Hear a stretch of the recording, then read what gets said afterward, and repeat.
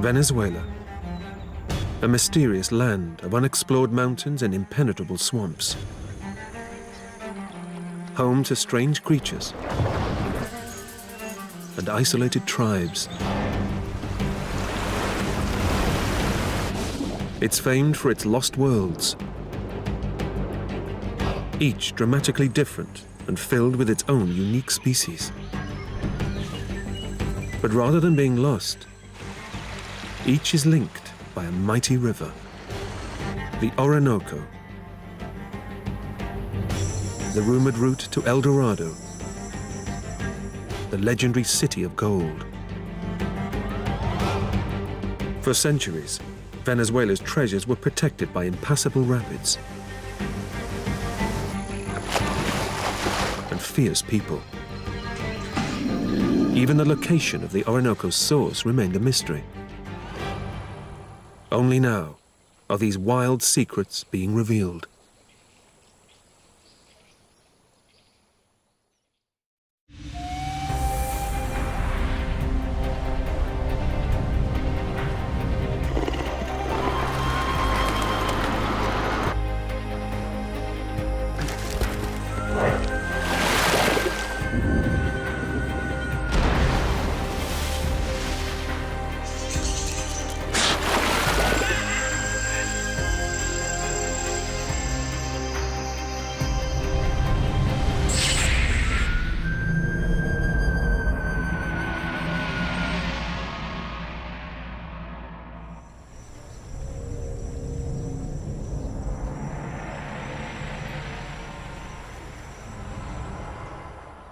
When Christopher Columbus discovered the mouth of the Orinoco, he described it as the gateway to celestial paradise.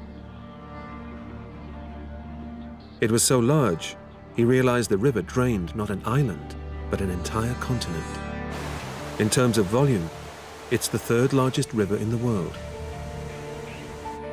Flowing 2,500 kilometers, the Orinoco is also the third longest river in South America. It curls around the northeast corner like a gigantic fishhook, draining 1 million square kilometers of Venezuela, Colombia, and Brazil.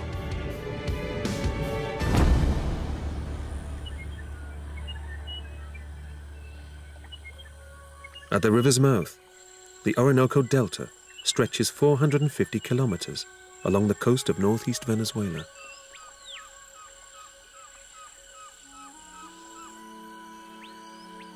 Columbus dared not venture in, believing he needed God's permission to enter paradise. Over 500 years later, inhospitable conditions keep the modern world largely at bay,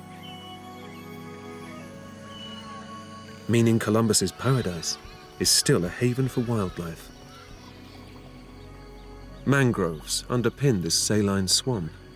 They're the only trees that can withstand the changes brought by daily tides. Their roots slow the passing currents, grabbing sediment, creating stable foundations for a labyrinth of over 300 forested waterways.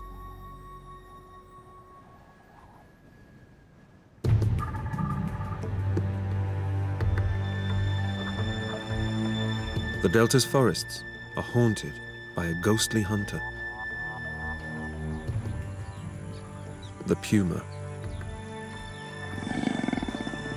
Ranging from the Canadian Rockies to the Argentinian Pampas, it's gathered over 40 names, more than any other animal in the world. In Venezuela, it's called león, though it's more closely related to the domestic cat than to the African lion.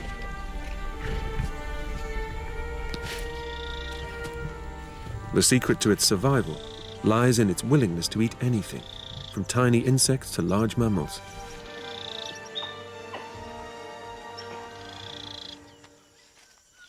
But in the Delta, salty water means prey is sparse, and most stays well out of reach. With little food, the adaptable puma is rare here.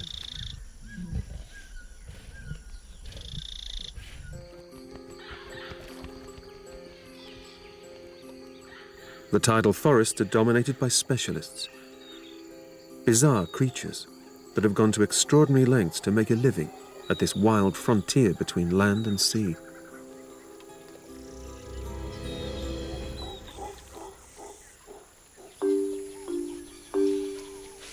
The hoatzin has taken to eating leaves.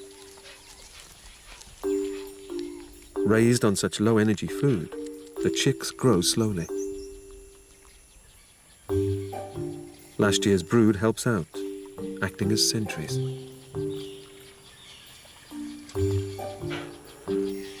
The mother has built her nest over water, out of the reach of pumas, but well within range of another forest hunter.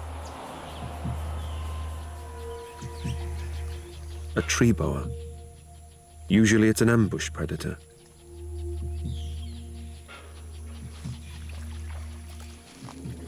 But every now and then its patience wears thin.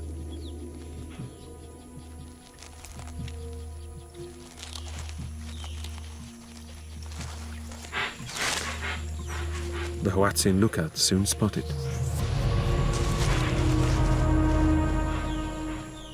Their scolding sends the snake in search of easier prey.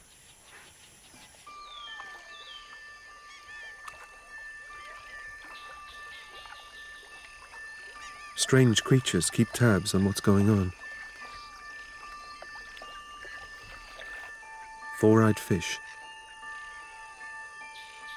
They actually have two eyes, but each is split in half so it can focus above and below the surface. Like primitive mud skippers, they occasionally beach themselves in search of food. But the mudbank's most flamboyant residents stay well out of reach. Fiddler crabs.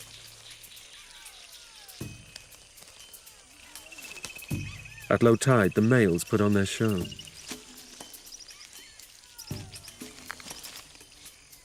Some are left-clawed, others right.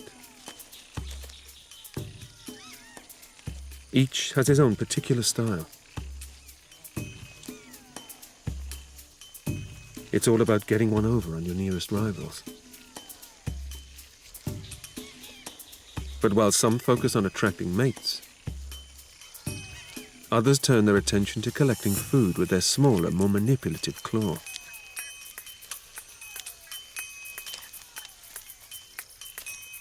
The mudbanks are only exposed for a few hours, and microscopic food takes a lot of gathering.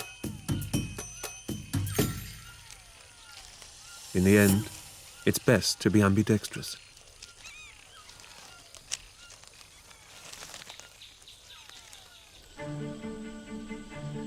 But food and flirting are forgotten when danger looms.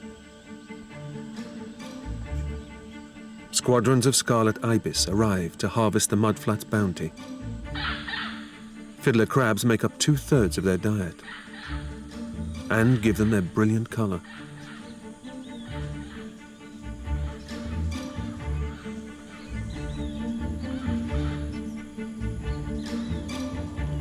The ibis have just 3 hours until the tide rises and their prey disappears beneath the waves.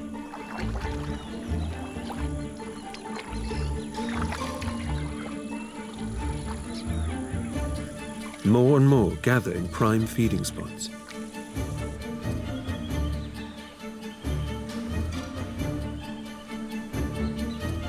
As the tide advances, they retreat. Then, as one, the flock decides it's time to go.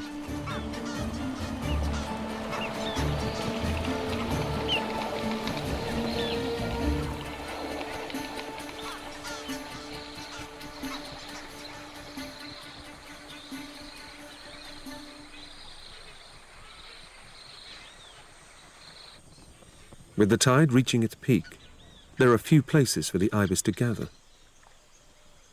But come evening, and wave upon wave of whirling scarlet ribbons head for the delta's outer reaches. The adults are joined by dully colored young, yet to develop their parents' vivid plumage. Flocks from across the delta choose the same tall trees, as far as possible from predators. Scarlet ibis can only boast such bold colors because there's safety in such big numbers.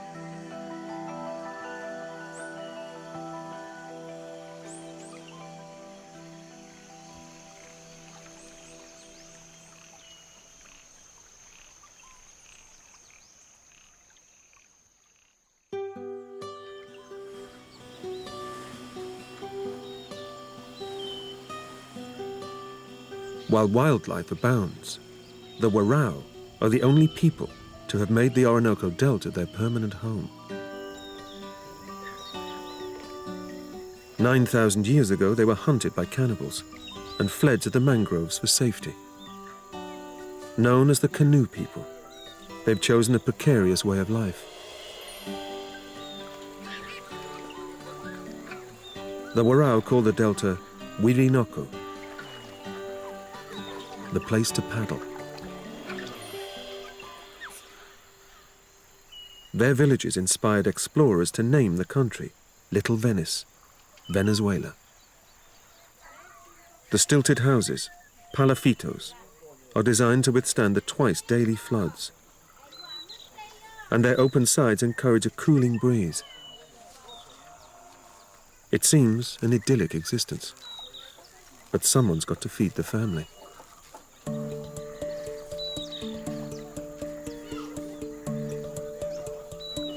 Edilio set his net on the high tide. Now he's hoping great treasures have washed down on the current.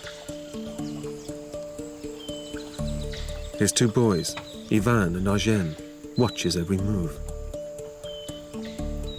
Their lives depend on learning their father's skills. From a young age, warao children are perfectly at home in this water world. They learn to swim before they can walk. A giant catfish, or lau. They can reach colossal sizes, at least twice Edilio's weight. But this one will be more than enough for tonight's supper. The palafitos are sturdy, but they're not permanent. When timbers rot or food becomes scarce, the nomadic waraos seek out a new home. They never stray far upriver. They keep to the relative safety of their flooded fortress.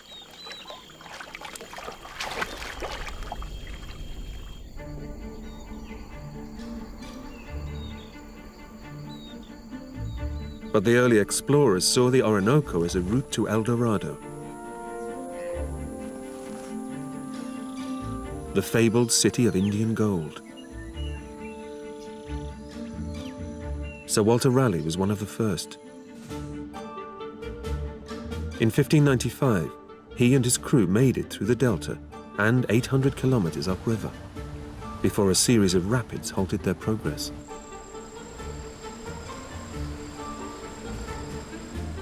These turbulent waters are full of oxygen,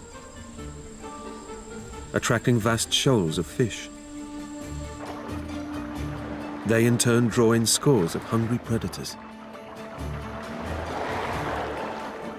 Neotropical cormorants arrive early each morning, ready for a full day's fishing.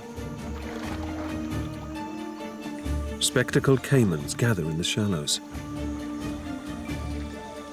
There's a strict hierarchy, and each has a regular spot on the riverbank. Once in position, they wait with open mouths for breakfast to come their way.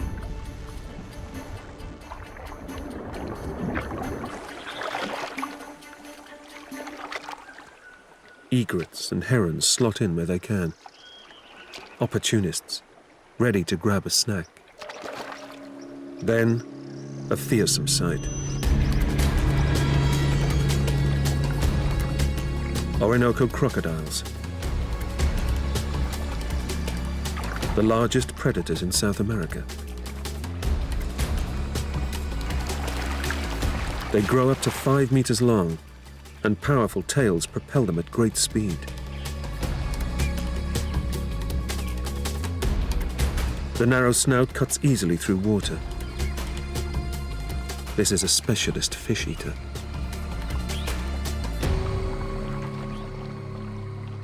But in the cool morning, cold-blooded crocodiles take a while to get up to speed, leaving the go-getting cormorants to strike first.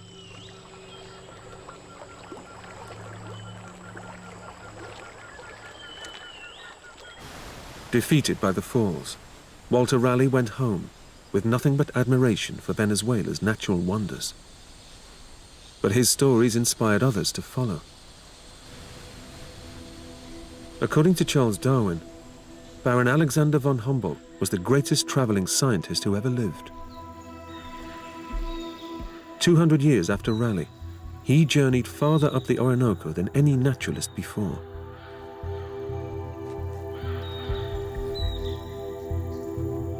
Mapping over 2,700 kilometers of this vast river system.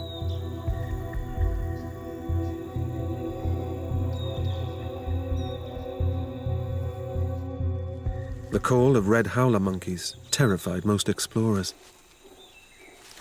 But Humboldt noted that their eyes, voice, and gait are indicative of melancholy. Howlers are gentle, shy creatures, and their raucous call serves only to keep other howlers at a comfortable distance.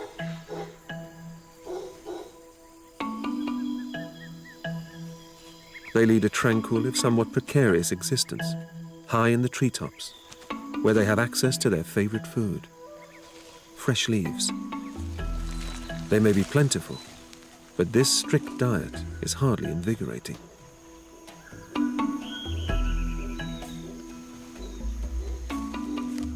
Even a close encounter with a two-toed sloth is not enough to spark the howler's interest. Another leaf-eater. Perhaps the sloth is the only animal in the jungle less excitable than the howler.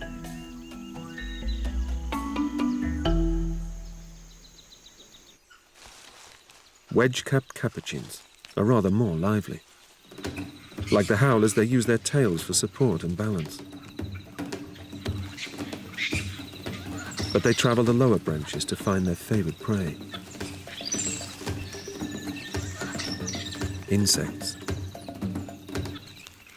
Today, ants are on the menu. Tiny treats, but lurking in decent numbers below the bark. It takes a fair bit of effort for the capuchins to fuel up. And lunch does occasionally bite back. But the energy-rich results are worth it.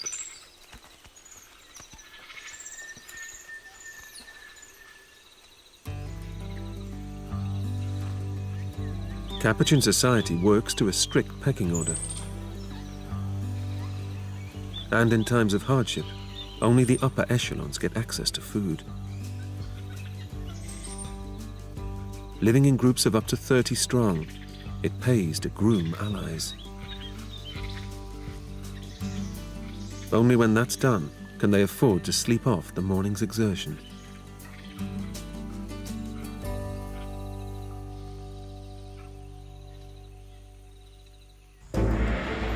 Uncharted wilderness and the lure of gold drew naturalists and explorers west along the Orinoco. What they found was a vast wetland, the size of Italy, covering a third of modern-day Venezuela. Today it's known as Los Llanos.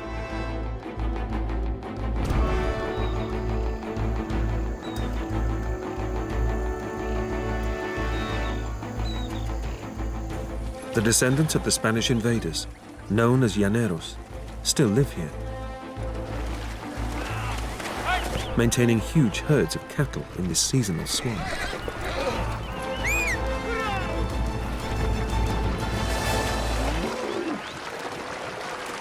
Despite hungry cattle, Los Llanos is one of South America's wildlife hotspots. Home to more than 100 species of mammal and around 700 species of bird. And it's the realm of the largest rodent on Earth. The capybara, a large amphibious grazer, the South American equivalent of the hippopotamus. With broad feet and its eyes and nose on top of its head, it's perfectly adapted to life in a swamp.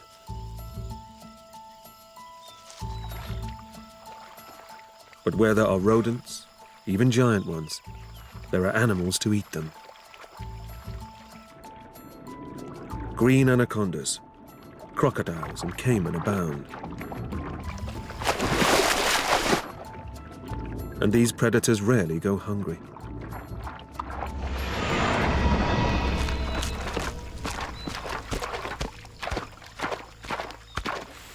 During the 6-month rainy season, Los Llanos is bombarded by downpours.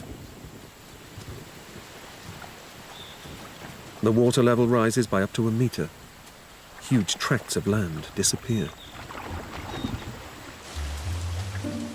But the growing floods open new opportunities for the swamp's legion of aquatic creatures.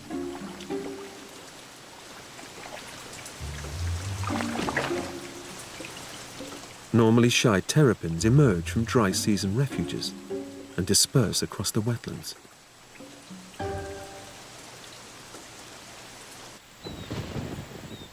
The rains affect every aspect of Los Llanos' animals' lives. For many, they signal the time to breed.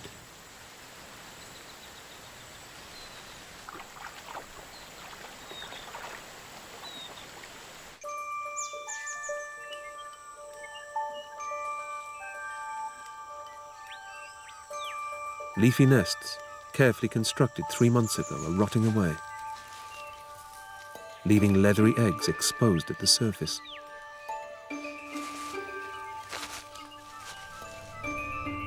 The nest builder keeps a close eye. But the mother caiman won't get involved unless she has to. After several hours of struggle, the egg's inhabitant tears free.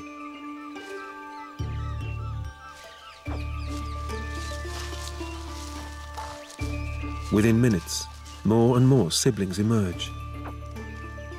There could be 60 eggs in this one batch.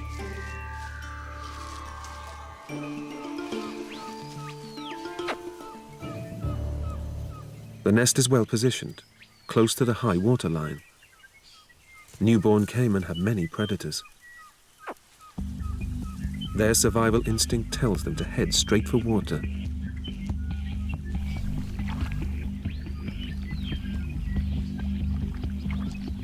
Even here, the tiny reptiles aren't safe. Danger lurks beneath the surface too. Piranhas.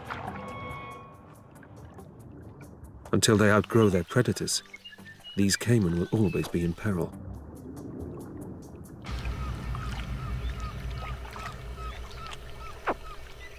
Some don't make it this far.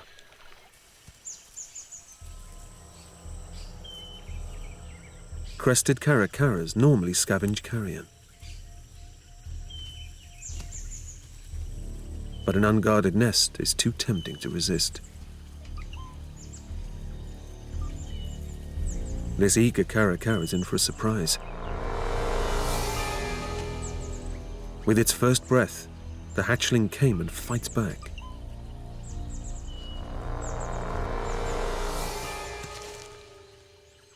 But it's no match for a bird 30 times its size.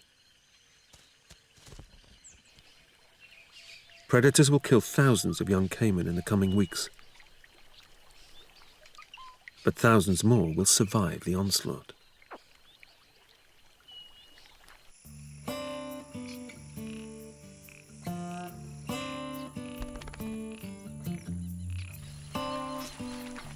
In capybara society, the strongest male gets the most mates.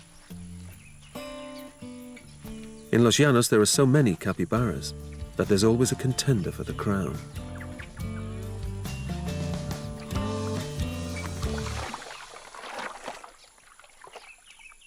Each tips the scales at around 70 kilos.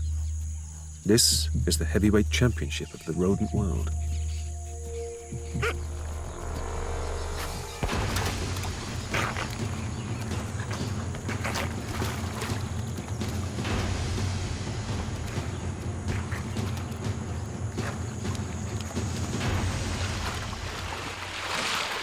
Battle won. The victor sets out to find a mate. As the females come into season, they emit a distinctive perfume and gently whistle through their noses. The combination of sound and scent is irresistible.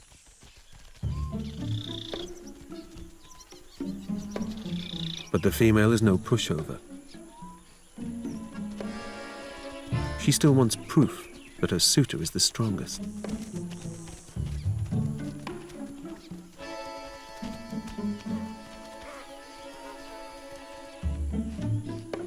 The romancing rodents serenade for hours. Only the advances of another male put Romeo off his stride.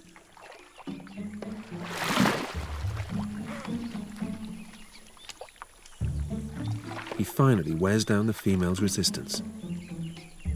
She rolls over to show him her acceptance. But after all that, he's too exhausted to take up the offer. Capybaras breed year-round, and while some are caught up in the complications of courtship, others are already giving birth. Without cover, the delivery doesn't go unnoticed.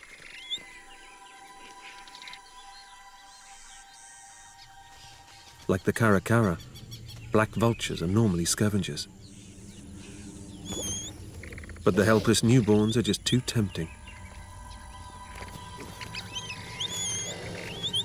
Especially as their inexperienced mother seems unsure of her duties. Capybaras soon learn there's danger around every corner. But the family can't spend its life on the run. So the mother must weigh up every risk. For an Orinoco crocodile, an adult capybara would make a decent meal. A youngster, a tasty snack. Just a few days old, these young ones have never seen anything like it before.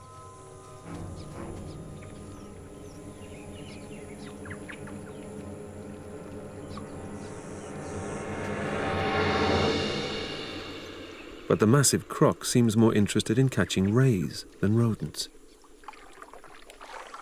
He needs to heat up before he even thinks about hunting. And besides, he's more fond of fish than fur. As well as being one of the largest crocodiles in the world, the Orinoco is also one of the rarest. In the mid-20th century, hundreds of thousands were killed for their skins. Today, there could be as few as 250 left in the wild. All live in the Orinoco River system. Most are found here in Los Llanos.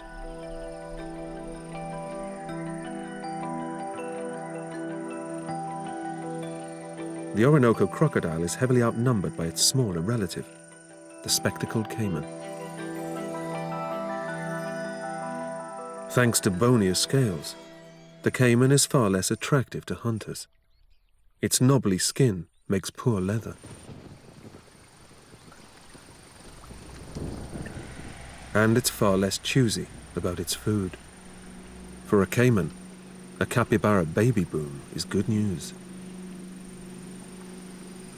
With so many predators ranged against them, the capybaras develop a siege mentality.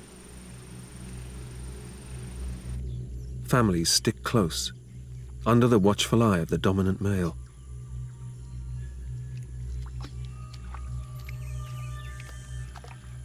While the young play, the females chatter to reassure each other. They have every right to be nervous. This is the perfect place for predators to reach monster proportions. Tropical temperatures, permanent water, and a constant supply of food. The green anaconda can weigh over 200 kilos, making it the largest snake in the world. It uses sight and smell to sense its prey. A family of giant rodents makes a tempting target. The capybaras are quick to spot the danger. Instinctively, they retreat to water.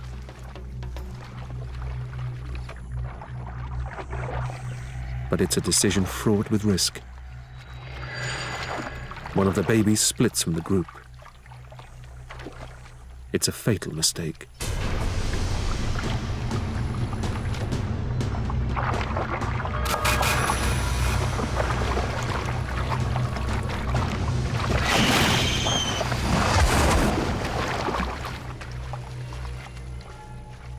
The caiman is quick to dispatch the naive youngster. The capybara mother can only look on.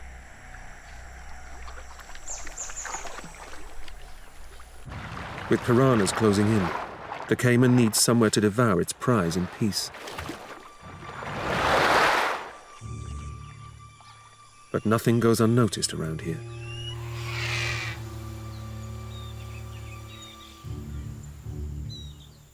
Black vultures soon spot the commotion. After the exertion of the hunt, the caiman is exhausted. But it must swallow its prey before the scavengers summon the courage to close in.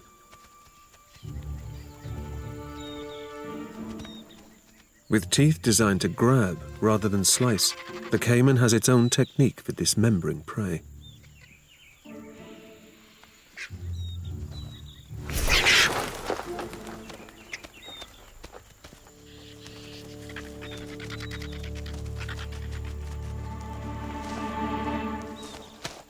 The vultures miss their big chance. Just one manages to grab a morsel.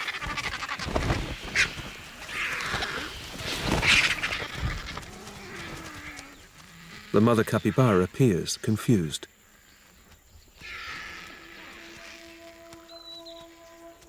She's drawn to the scene, but can't work out what to do.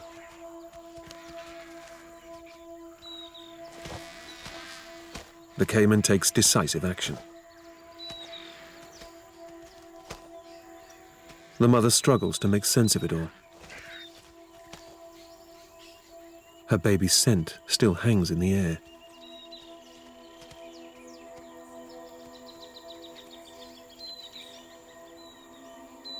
She eventually realizes it's over. There's nothing she can do. The vast majority of vultures go hungry, but the meal could last the caiman for weeks.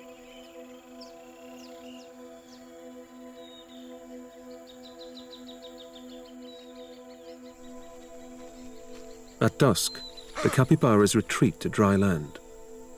It should be safer away from the water.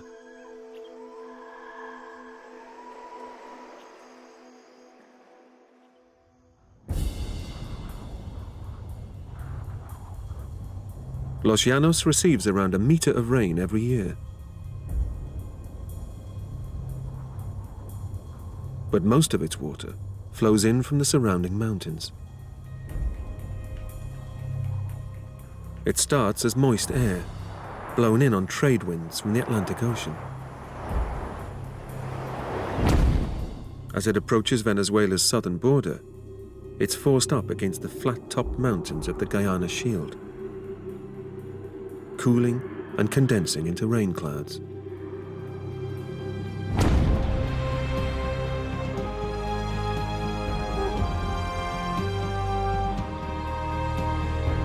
These spectacular monuments are the remains of a mighty sandstone plateau. Over 1.8 billion years old, they're amongst the most ancient mountains in South America.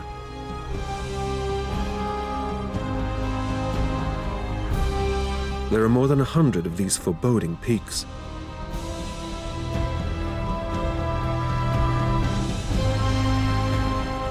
Fewer than half have been explored.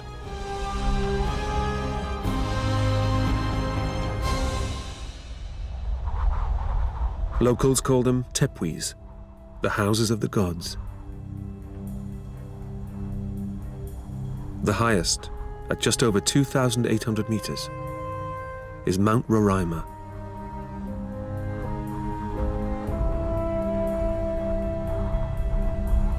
It inspired Sir Arthur Conan Doyle to write The Lost World, in which he imagined its mysterious crown to be a refuge for dinosaurs, cut off from the world below.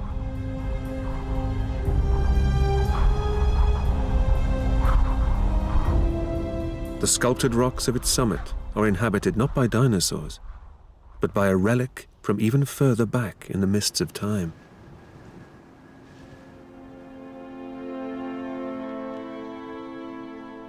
A tiny toad, no bigger than a thumbnail. Its relatives live in West Africa, separated when the continents drifted apart over 100 million years ago. This is a testing environment for any animal. But the tepui toad has had plenty of time to adapt. Its sparkling skin offers camouflage against the lichen-encrusted rock.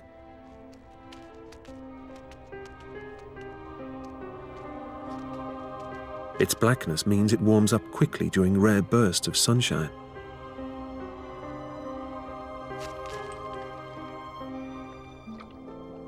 When too hot, the toad simply immerses itself in standing water.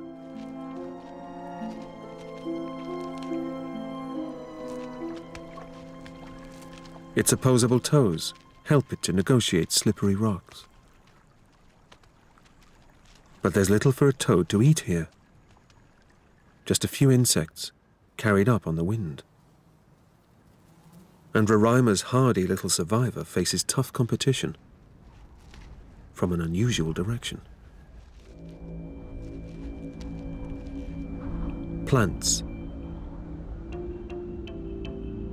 Over millions of years, most of Roraimo's nutrients have leached away. On naked rock, even plants can barely scrape a living.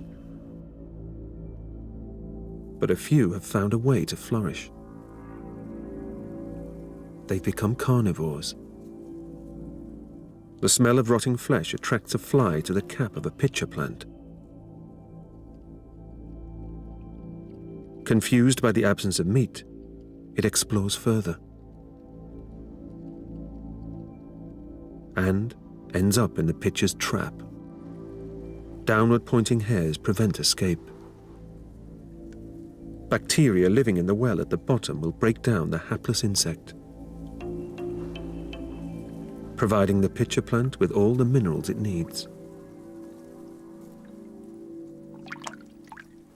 Faced with the same problem, sundews have developed a different solution. They secrete a glistening nectar that's irresistible to wayward insects. It's also extremely sticky. The hungry mosquito is caught, and within minutes, it's well and truly stuck.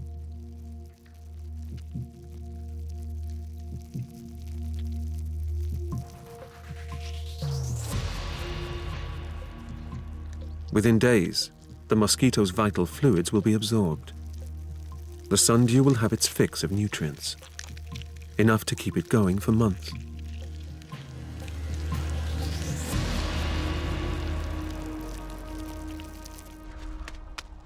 On a starvation diet, the tepui toad takes life slowly.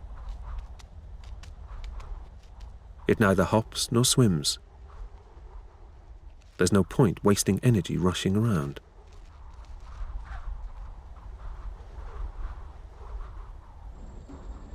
A third of Roraimo's inhabitants are unique to this island in the clouds.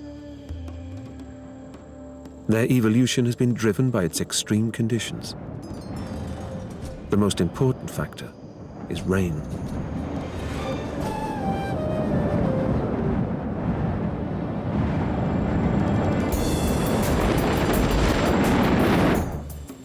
It rains nearly every day, making Mount Roraima one of the wettest places on Earth. Up to 4 meters fall every year, 4 times the amount that falls on the plains below.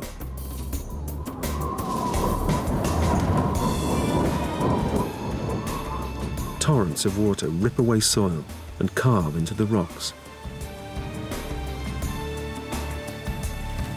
Barely any is absorbed, so nearly all pours off the sides.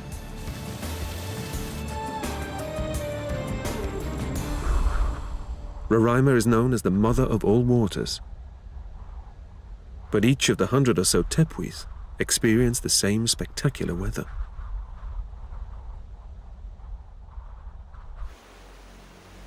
Nowhere is the result more magnificent than on Ayun Tepui, Devil Mountain,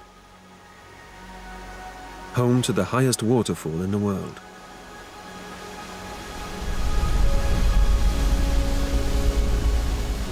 The Angel Falls. They're almost a kilometer from top to bottom. The falls are named after an American pilot, drawn here too by his desire for gold. Like the early explorers, Jimmy Angel failed to find it, crashing his plane on Ayun Tepui's summit in the process.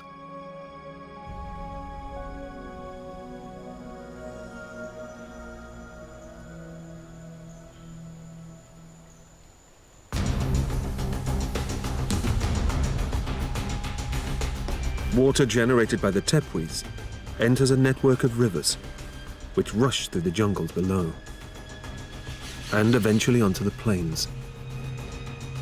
As they head towards the Orinoco, they carve yet more waterfalls.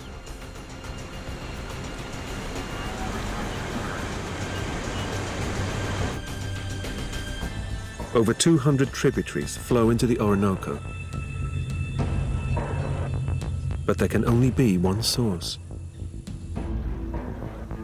Believing that it harbored gold, numerous explorers tried and failed to find it. It wasn't until 1951 that a Venezuelan army expedition traced it to the border with Brazil in the Parima Mountains. 453 years after Columbus first spied its mouth, the Orinoco's source had been discovered.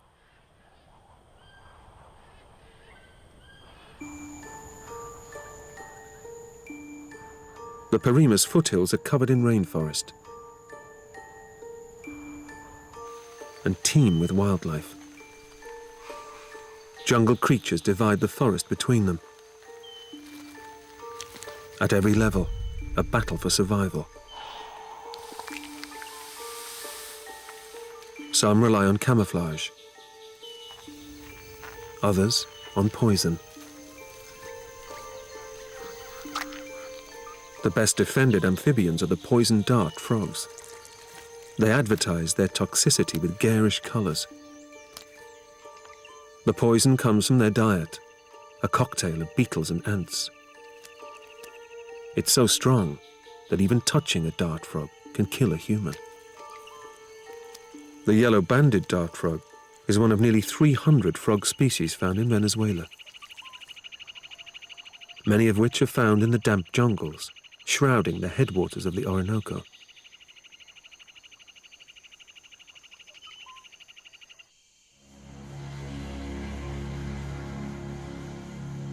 Early visitors to the region brought home stories of terrifying tribes. But not all of its rainforest people conform to this fearsome stereotype.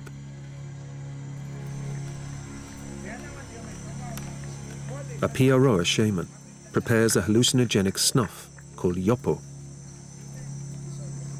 He's hoping to communicate with the gods of the forest.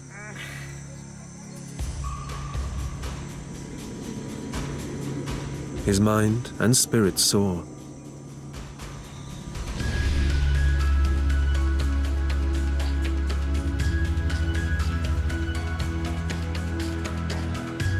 The Piaroa are amongst the most peaceful people on Earth. They believe that any man who kills another will himself suffer a terrible death. So murder is unknown in their society. But they believe their gods are violent and create the dangerous creatures that inhabit the jungle.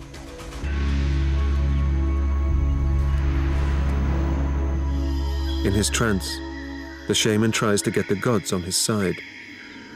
If he does, they'll reveal the whereabouts of the richest hunting grounds.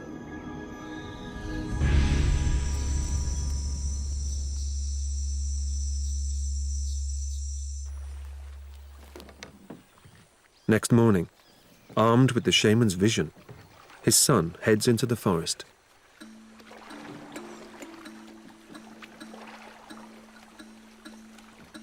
He must traverse one of the Orinoco's tributaries to get to the prime hunting land.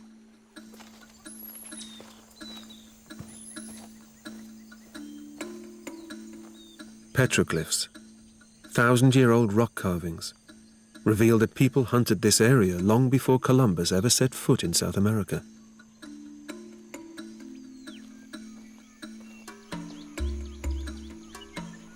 The blowpipe has a range of 50 meters.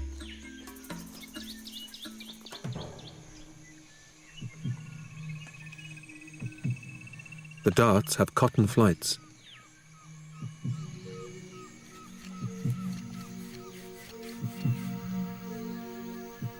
And tips dipped in frog poison.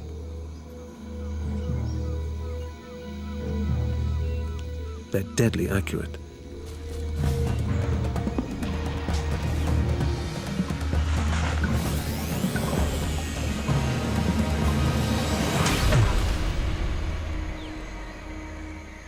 A blue dove is quickly dispatched. Jungle animals are generally small, so the hunter harvests whatever he can. He's searching for a favorite. He knows just where to look. Disused rat holes on dry ground.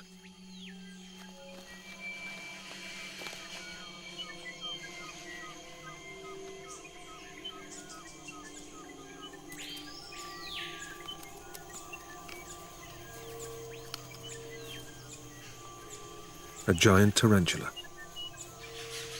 It can reach the size of a dinner plate, with fangs 2 centimeters long. It has the largest venom sacs of any spider in the world, and toxic hairs that float off the body, endangering anyone who inhales them.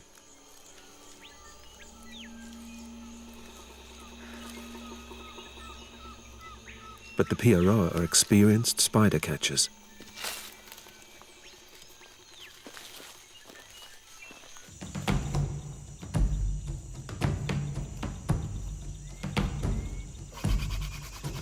Back in the village, the shaman's son quickly makes a fire.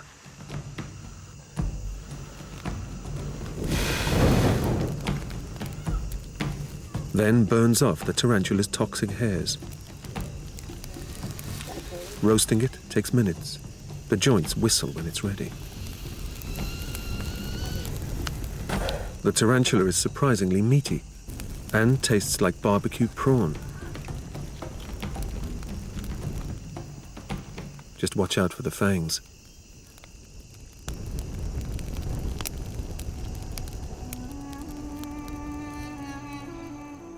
Over thousands of years, the piaroa have developed a peaceful, simple way of life.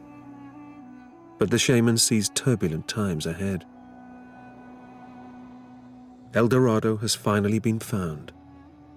Not the fabled city, but a rich seam of gold beneath Venezuela's jungles. Perhaps 10% of the world's natural reserves. A gold rush is devastating forests flanking the Parima Mountains, with miners bringing lethal disease to their tribal inhabitants.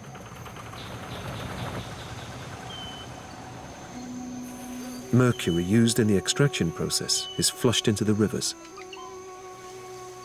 entering the Orinoco's food chain.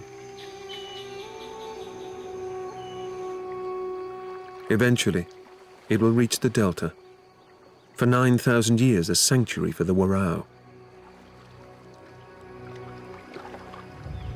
For generations, they've thrived on gifts delivered by the Orinoco. But now, their fish could be contaminated. Mercury poisoning can cause nervous disorders, birth defects, and death. In some areas, the government has warned people to stop eating fish. But the warao have little choice. It remains to be seen how they will deal with this new unseen threat.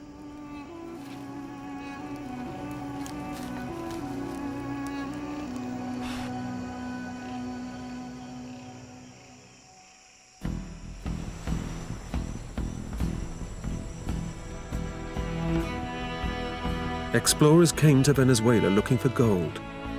Instead, they discovered one of the most diverse countries on Earth.